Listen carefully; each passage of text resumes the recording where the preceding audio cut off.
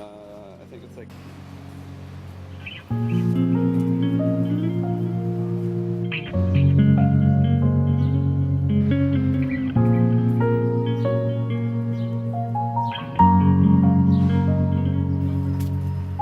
My name is Santos Muñoz.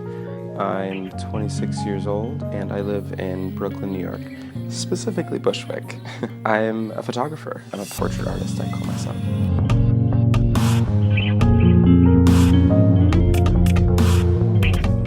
I made portraits of people as an intro.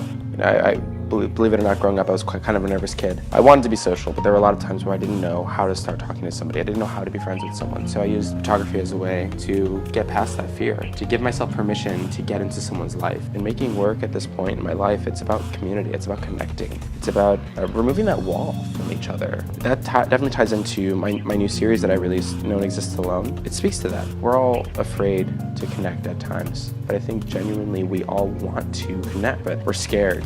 We're afraid of vulnerability. We're afraid of being betrayed. We're nervous about all these things. The work that I've made is visualizing that experience for me personally. Over the past few years, I've committed to exploring relationship patterns and investing myself in my friendships, really seeing my friends for who they are and why I love them. What that journey looked like, it came out in my images. Gradually, as I invested myself in my friendships and my connections, I started to relax and say, hey, it's okay to be connected to another person. It's okay to let someone help you emotionally, physically, monetarily, any way.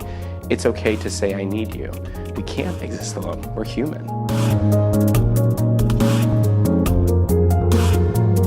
I made French toast today with challah bread. We had in the batter milk. You can use whole milk, 2%, kind of whatever you feel you're going for that day.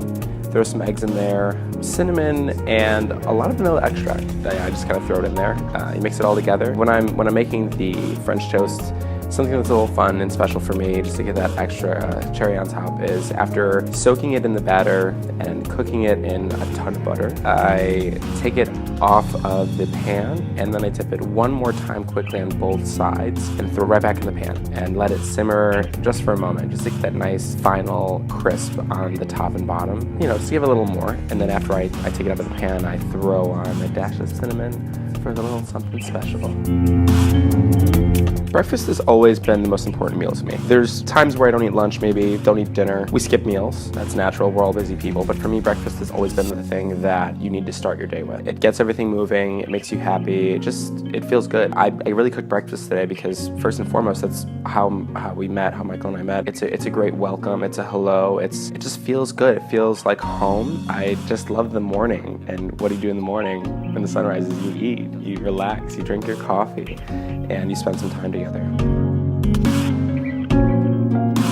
So when I make portraits of people, it's important that I make them comfortable off the bat. Some people are uncomfortable getting their portrait made, or they've never been photographed. What do I do to immediately disarm them, make them comfortable?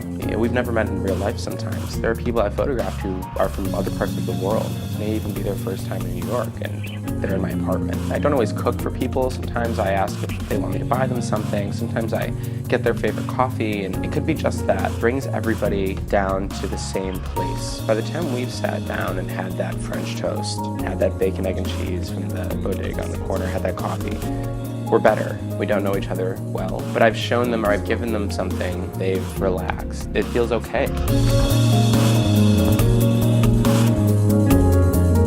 I grew up in an Irish Catholic neighborhood in the south side of Chicago. That framed my ideals for right and wrong, and also how to identify myself. I didn't know anything else. I didn't have a gay or queer community growing up. I actually didn't know what queer was until I lived in New York City, so I'll say gay for reference. I didn't know what really being gay was and what that looked like except from TV. I came to New York City in 2009 with a very limited, and knowingly so, I knew I didn't know a lot. Coming into this experience of being gay here was eye-opening. And then I developed into, I would say, my true self. I developed into the person I am today through community. It was through learning, through connecting with people, and good and bad. I think we all go through times of struggle, but we come out in a good way. And New York has definitely given me that. New York has given me a struggle. New York has given me eye-opening perspectives and challenged me to learn about people, learn about gender identity, sexual identity in ways I'd never thought to consider before. I was ignorant. And there are ways in today that I still am, but at this point, New York has taught me to be open to learning. I think it's okay not to know something. I think it's okay to say, I don't understand what this means. But what's important to know is, are you willing to learn? Are you willing to listen? New York has taught me to listen, to care, even if I disagree, and to respect.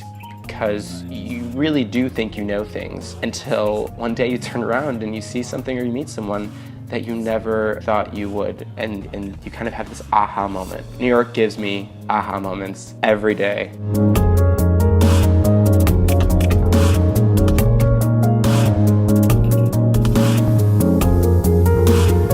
Anyone younger who's going through an experience of learning and not knowing who they are and are possibly going to be fitting into a community that is not the mainstream, just keep going and keep loving. You know, see people through the insecurity, through their fear. Be with them, because at the end of the day, it's all about love. It's all about connections. You know, when you feel ugly, look in the mirror and say, I love you. When somebody is struggling and you're supporting them, don't tell them what to do. Be there for them. You know, say that I'm here, I'm present. Hold their hand, hug them, let them cry on your shoulder, cook them food. Be there, be with them, because at the end of the day, we just need to be together. To reference, my work, no one exists alone. We can't do this on our own. This thing we're doing, life, living, loving, it's a group effort, and it's a decision we make every single day.